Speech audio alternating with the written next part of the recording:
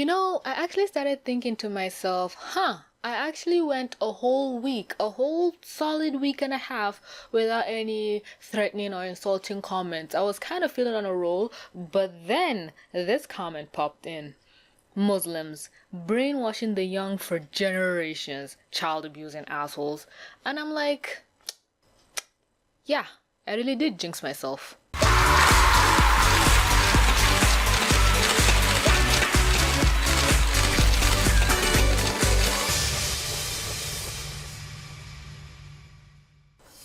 Please do not kill me. I am well aware of the title of this video and I know it is not pretty, but I didn't really get that much questions last week. I just got people talking, and through their talks they kind of ask questions without knowing. So things this week they're gonna be chill, they're gonna be relaxed. I was gonna say let's settle in for a TVC talks, but this is gonna be the last Ramadan Q&A for 2018, inshallah. And I am just well aware that this one is going to generate a lot of questions, and I'm not going to be so cruel as to say, okay, wait till next year. Maybe if I get some questions that I can answer quickly, I might do it in a Q&A, because I didn't do a Q&A when I hit 10k because I was doing these Ramadan Q&As, and it's kind of nice to think that within a month I already gained like 2,000 subscribers. Yeah, I'm happy, mashallah. So first things first, a lot of people are asking me a list of the supernatural movies I was talking about, and I was gonna give you some Hausa ones, but then I realized, and by the way, all of these movies, they're on YouTube, all 2 hours, 3 hours, 1 hour, whatever minutes long, they're all on YouTube, but the Hausa ones don't have subtitles, so I didn't want to give recommendations where you guys are watching something that you don't understand. But you can always type it Hausa. You can even just type it Hausa movies. Like on YouTube, you see the whole channel, African Magic Hausa. But if you type African Magic Supernatural Films on Google, you will see a ton of them. Like I'm looking at one now. One is called African Magic Girl. One is called The Black Magic. I can't even pronounce the other one. Definitely looks Igbo. A lot of the really deep supernatural ones are actually Yoruba films, but the movie I can say off the top of my head that scared me for years when I was a kid was Egg of Life. It was basically a story of a village that I think a deity was like, I don't know, scorned or something, and the village, every family was supposed to sacrifice one of their daughters, and they're supposed to go to the evil forest, and through the evil forest they're supposed to get this egg of life. And in the evil forest, which you can guess is just a forest full of spirits and demons and witches and all that stuff, it was a scary movie for a kid. I'm just thinking about it and my skin is crawling. And somebody else in the comments was surprised when I said the leg of a baby, and he was like, what? And I was like, yeah, supernatural stuff here, you might get some people that will tell you bring animal body parts, and there's some people who tell you to bring human body parts. I remember a neighbor we had in I was about to name the state. It's in another state, not the one we're in right now, like the capital of our country. Our neighbor was known for doing black magic, and I remember one night I think their worker ran out of the house screaming, and the next morning people asking him what happened, and apparently he opened a room that was full of dead bodies or something, like hanging from the ceiling or from closets, I can't remember. So everybody was like, okay, this guy does a lot of black magic, witchcraft, juju, whatever word you want to use to the term. So if for you now it might be terrifying, but I've heard stories, a lot of them. One that is permanently engraved in my mind is the person who had like a human head. I don't know if this was a movie or real life. I'm thinking it's real life. I don't remember. I don't think this was a movie, where he'd go to the head and do incantations or whatever. This is a real life human being's head, by the way, and maybe it's in a room, and normally they keep these things in a room that's locked away from people because nobody's supposed to know. So they go to the room, maybe open it, and I don't know what they do, but then maybe the dead head will open its mouth and start spitting out money, because most of these things people do it for worldly possession, money and all that stuff. But what am I doing talking about supernatural stuff? That was last week. This week is a whole nother topic. So on to the next question. Sorry, the last question was by Aluria123. This next question-ish is from Skolzans, where they kind of asked, do you believe that it's right to be a witch to be able to defend yourself from spirits and look down upon those who use it to hurt, even if it's because they deserve it, like a harsh judge? So I was talking to my mom the other day, I think it was before I did my Q&A or after or something, and she was like, talk about these things, don't be afraid, because sometimes the things you're not supposed to talk about can result in something bad happening to you. And sometimes there are fakers, people who do know these supernatural things and scare you into not talking. So when I told her about my experience, she was like, I most likely met someone who was trying to scare me into giving them money, which was kind of true. The person did take a lot of money from me because I was really freaked out, and she was like, that's what they tend to do. And she also explained that there are good, okay, I'll just use your word witch, but we don't call them witches here, but there are good witches and bad witches. So she said there are some people who are born with these powers, but they use it for good, and there are some people who use it for evil. And she explained one who came in contact with us who was good, but they don't refer to themselves as a witch. We can call them, I think, this is very complicated. Over here we call our pastors and whatever for Muslims malams, but abroad people call them imams. So if you hear malam, you know, okay, this is someone like a man of God basically. So the person who came to our house was a malam, but there's also this kind of thing where you're supposed to know the difference between a good malam and a bad one, because a bad one will try and get money from you or will try and do some evil things. They're the one that can tell you bring the head of a baby or something like that. But the good ones will try and tell you to pray and be good, and just they're more on the good spectrum, and they use what is given to them for good. Because my mom explained to me one time that there was this malam that came. I was having a severe ulcer attack. My stomach felt like it was trying to rip me apart, and he called me downstairs. He told me okay to pray and hold my stomach, and immediately the pain just disappeared. And I was like, oh yay, prayers, it works. Then my mom told me this, like when I was talking to her a few days ago, she told me that his kind of power is he can see what is wrong with you. The way she explained it made me feel like he can see your guts and your organs and stuff like that, and he can see where the problem is and he can fix it. But because he doesn't want to freak you out with supernatural stuff or scare you, he will tell you to pray, be more in faith or whatever. So you're here being prayerful and having more faith while he is there doing work. And to this day, I'm surprised. I still haven't had an ulcer attack to that level before, but my ulcer is coming back. But whatever he did basically worked, because I didn't take any medicine, and ulcer is a very, very, very serious illness for it to be fixed with whatever he did. And I'm someone who doesn't like taking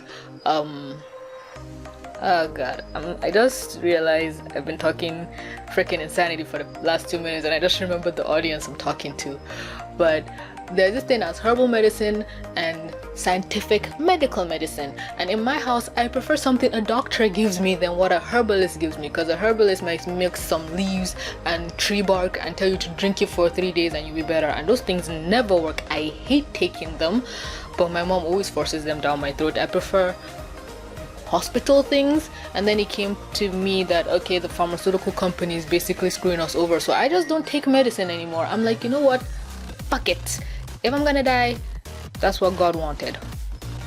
Wow, I just became very morbid. Let's just move on from this. So yeah, I believe there's good witches and there's bad witches, and thanks to what my mom explained to me, the good ones who use their powerful good, obviously they help spread positivity. I've even realized that there's some of my viewers who are commenting and telling me that, hey, I'm a witch, or I'm a good spiritual healer, or I'm this, or I'm that, and I'm like, this world is big and it's beautiful, and I just love some of the people that inhabit it, because you meet so many new people every day, and Next is onto my man, Shank X, who kind of in a way asked about incest and marrying your cousin. And let me tell you, I hate that thing. I hate it so freaking much. Even over here in Africa, it's done, and it's not really a Muslim thing. It's just really more cultural, where a family feels like they should strengthen their bond. If they marry someone from the outside, they are losing a bit of their culture or something. It's like, okay, maybe your tribe is dying out, or there's not a lot of your tribe members in your specific region, so people prefer you marrying your cousin so you can continue your tradition and your legacy, so to say. But a lot of people, especially my mom hates the idea of like cousins marrying cousins. I've even had friends who say, hey, their mom and dad were cousins. I've had cousins come over to our house trying to tell my mom, hey, they want to book me or book my younger sister, and my mom will look at them like, are you insane? Have you lost your sanity? Get the heck out of here with your nonsense. And I'm like, yay, education for the win, literacy for the win. And I thought it was if like brother, sister and all that stuff having incest will give you deformities. I didn't even know cousins were that way, because I feel people think like, okay, cousins, the blood is not that similar enough to cause problems. But I just find it gross. Any type of relation, even if it's step or adoptive or anything, I just, it's just, no thank you. But just to clarify, it's not a religious thing, it's a cultural thing. To Zidru 123, they were asking me about my accent and stuff like that, and I get this a lot. So just to clear it up, I learned English before I learned to speak Hausa. It was like my dad's #1 rule. I think I mentioned this last year, and I was teased for it a lot when I was young. I had a much more British accent than this, but throughout high school I've kind of like damaged it to sound more African because people were teasing me, and then in college it was kind of American, and now I don't even know what it sounds like. But yeah. And if you're asking how many languages I know, English, Hausa, I went to a Turkish themed secondary school, so I know a little bit of Turkish language, Arabic, because you know, Muslim, but I'm not really that fluent in Arabic. I started taking French classes in primary school, but I swiftly stopped. And what else? I'm watching a lot of anime recently, so Japanese is also on there, but it's not like I'm fluent in any of these things. I understand just basic terms, but I'm not fluent. I'm only fluent in English and Hausa, that's it. And English is because I started speaking it first. That's why I don't have the thick African accent that some people have. Next is Luna Brown, who asked, what are your views on LGBT relationships and marriages? And okay, let's do this. That'll be the last thing I addressed, because it's gonna be deep. It's gonna be really deep. JR asked, lying. They were basically asking me what I said about lying. Him and Nico, they were like, what if lying for a good reason? I need to specify that I know I was a little harsh on lying and all that stuff, but I think the reason why I was harsh was because I'm a low-key pathological liar, and I'm trying to fix that. And I just kind of portray this thing where lying is unacceptable no matter what, as a kind of psychological way to stop myself. Because sometimes I can be talking to someone and I will lie for no possibly good reason, and it's not even a good lie, like I'm faking my life. Like it might be something simple like, oh, did you take this thing? And I'll be like, no, I took that other thing. And it's so useless. I can lie where someone says, did you drink Coke? And I'll say, no, I drank Pepsi. I was gonna say Fanta, then I was like, is there Fanta abroad? Something like that. It's just little stupid useless lies that I'm trying to fix. I'm getting better at it. What I've noticed is on my YouTube channel, I do not lie. I portray my actual real life God-given self. Like I don't give an F. I just say the truth, because for some people they lie online because, ooh, I'm creating a new persona for myself. But with me it's like, okay, these people will never see me a day in their lives, but might as well be my true self, because I'm always looking for people to accept me how I am, and nobody can accept me how I am where I currently am. So let me have this space where I'm my true self and see if people actually like me. Is it a problem with my personality, or is there a problem with my location? And from what I can tell is some people just don't like me and some people do, and I don't know why. But from the general internet reaction, you guys make me feel like I'm a good person, which I hope I am. I pray I am. But yeah. How did I get here? What was I talking about? Oh yeah, lying. I strayed far away from that topic. And also, finally, well, second to the last, anyway, Smurf got, I think there was a little bit of a misunderstanding where he thought I was like thinking Americans and atheists are ignorant. I'm sorry if I came across that way, but it's kind of like this mindset of we feel foreigners look at us, I'm not going to say people with religion or anything, but mostly Africans, because of our culture. Like, it's so annoying when you're talking to people and they look at you and they'll be like, how are you talking to me? You're in Africa, shouldn't you be in poverty or something like that? And I'm like, some of the richest places to buy property in the world is in Africa. And I get the stigma of poverty, but there are places in America that are really bad. There's some places in Asia that are really bad, but Africa is just this known place for poverty and ignorance and illiteracy. So a lot of people equate it to, well, they're Africans, they're religious, they're ignorant, they believe in spirits. So there's kind of that disconnect.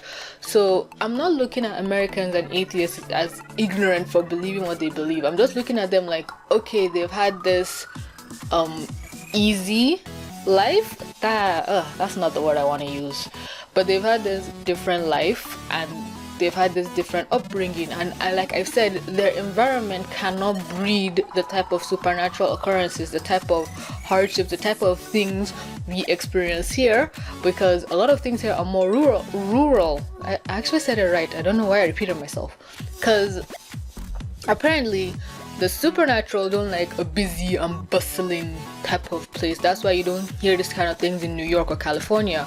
But I would be mental if I said I wanted to take a stroll down my street at 2 a.m. I don't think I'd make it back to my house.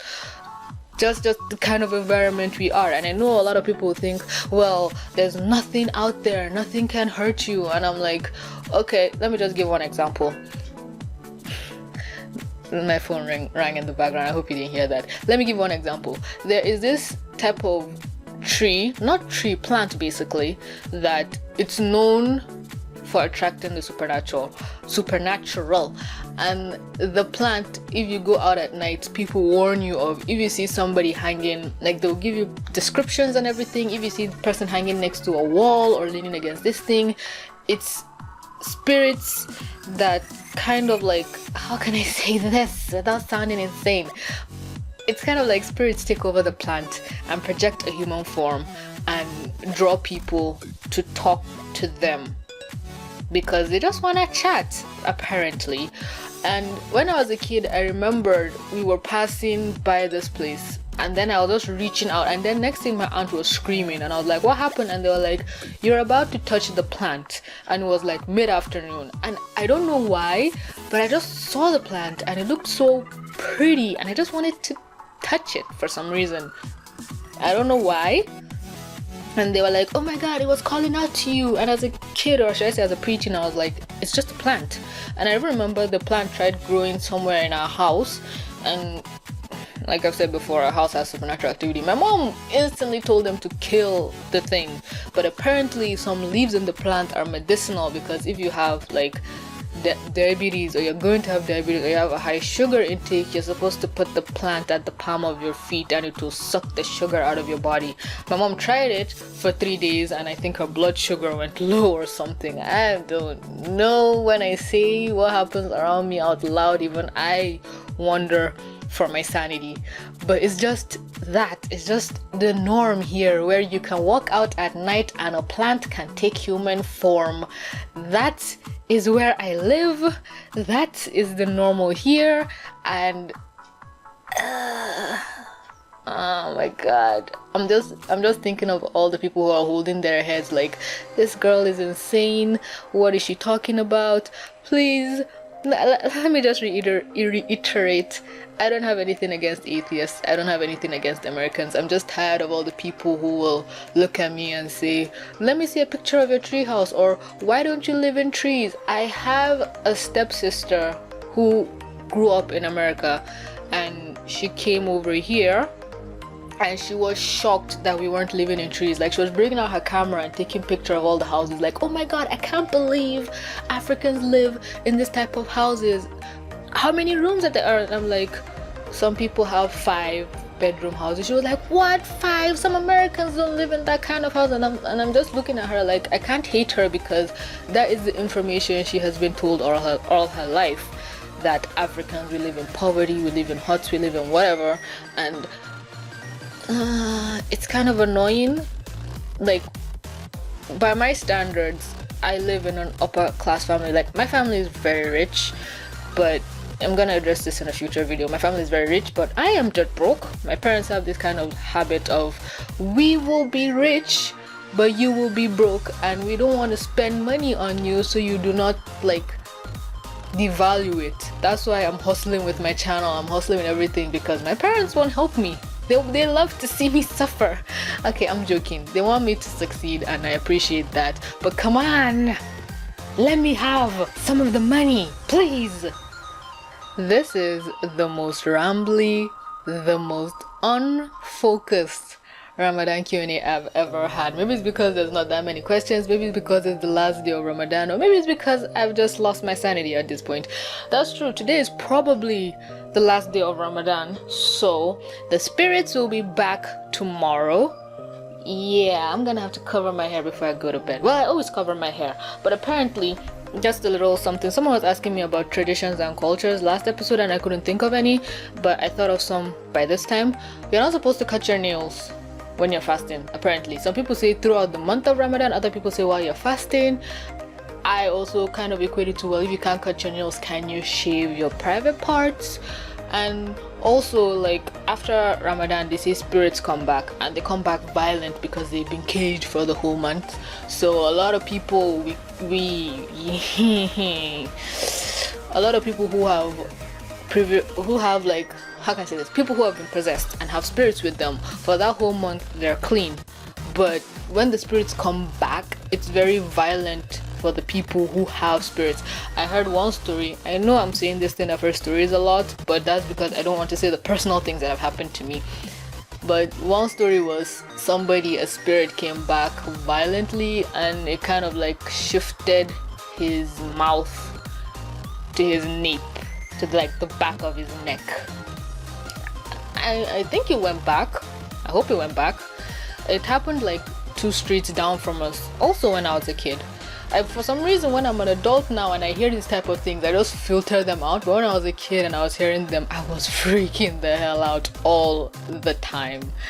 But back to the final question, something a little more sane, and something that I'm sure would take up 10,000 hours of this video. So strap in, sweethearts. What are your views on LGBT relationships and marriage?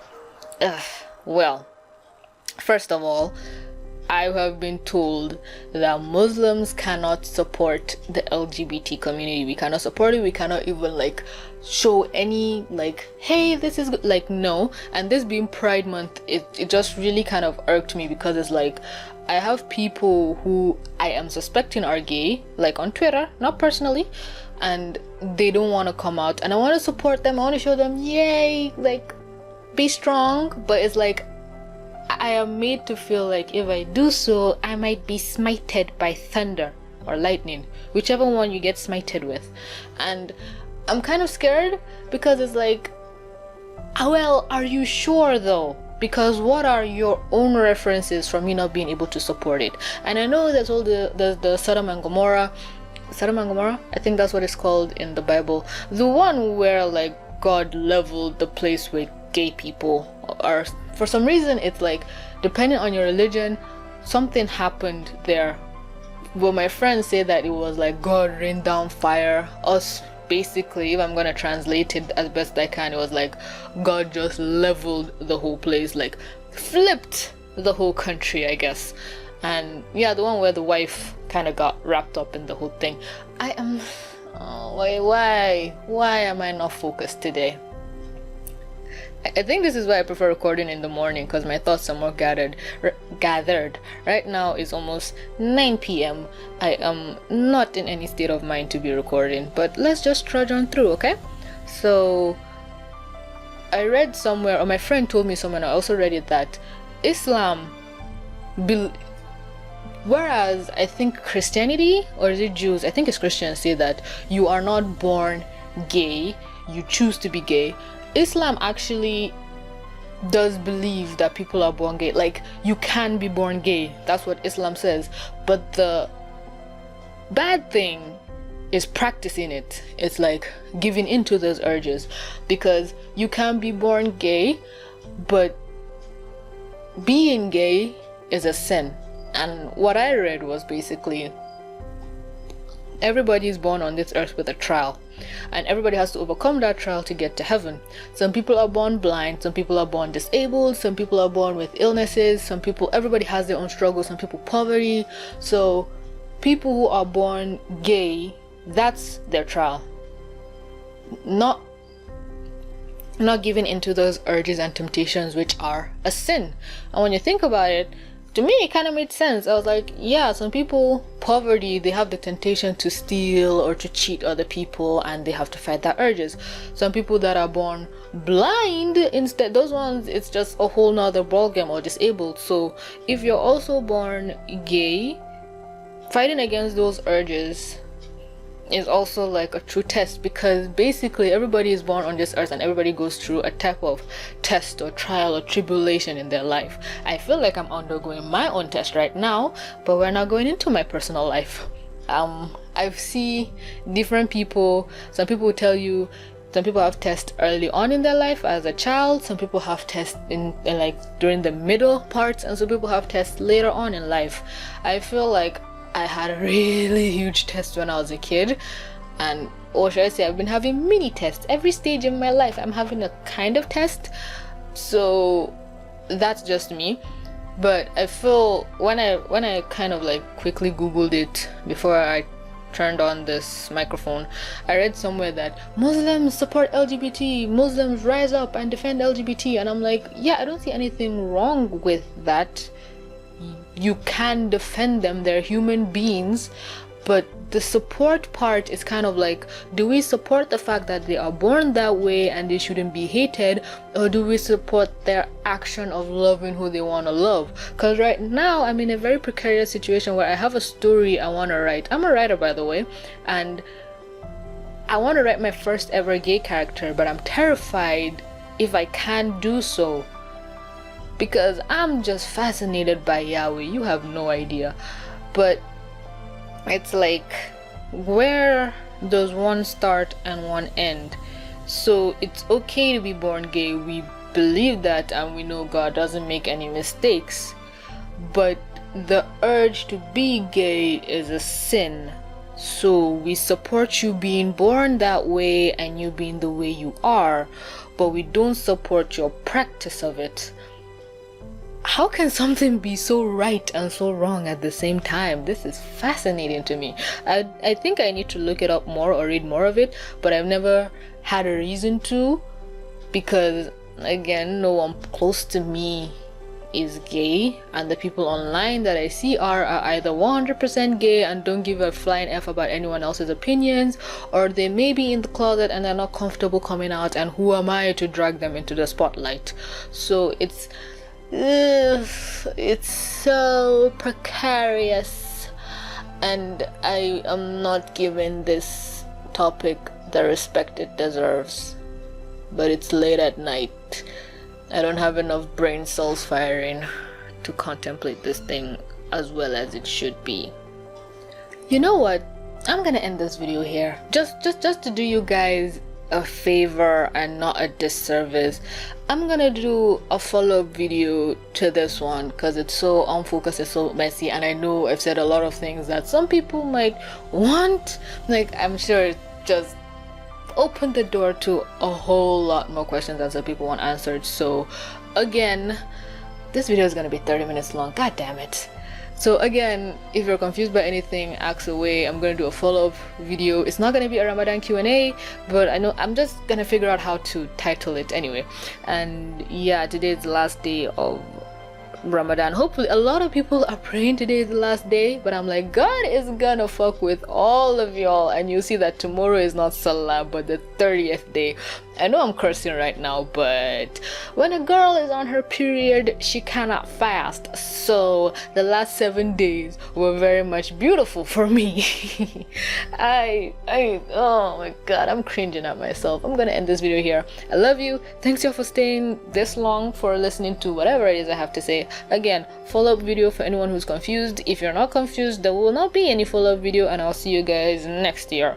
But with that being said, this is your lovable batshit crazy TVC signing out.